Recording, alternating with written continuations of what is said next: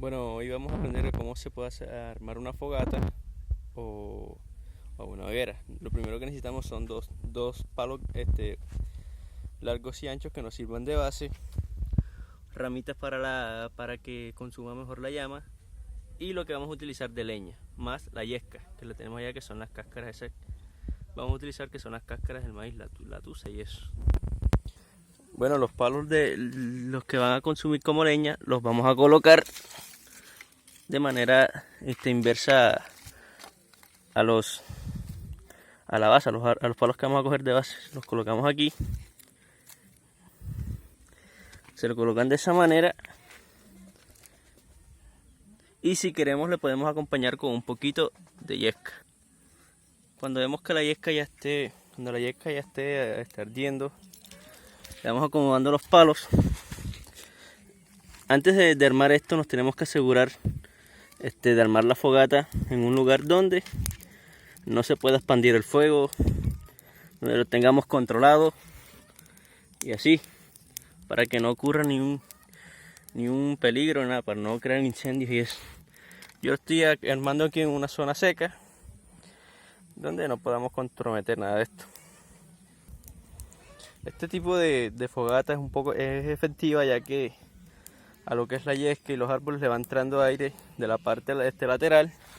Los hoyos que tenemos en la lateral, por eso es una de las más efectivas. Ya cuando veamos que comienza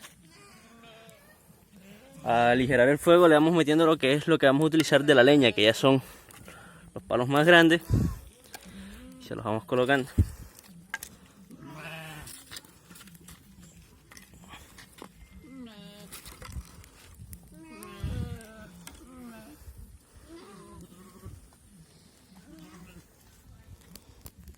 Ya en este punto, cuando hayamos añadido a la leña, se puede ver cómo va incinerándose.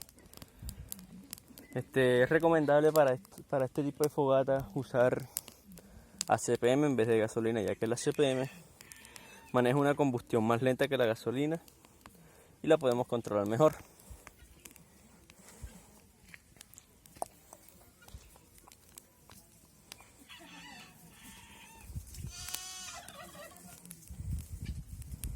Los troncos que están ahí de base,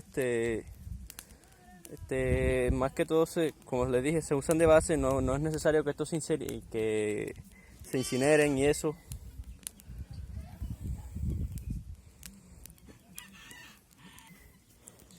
Y en este punto lo que vamos a hacer es alimentar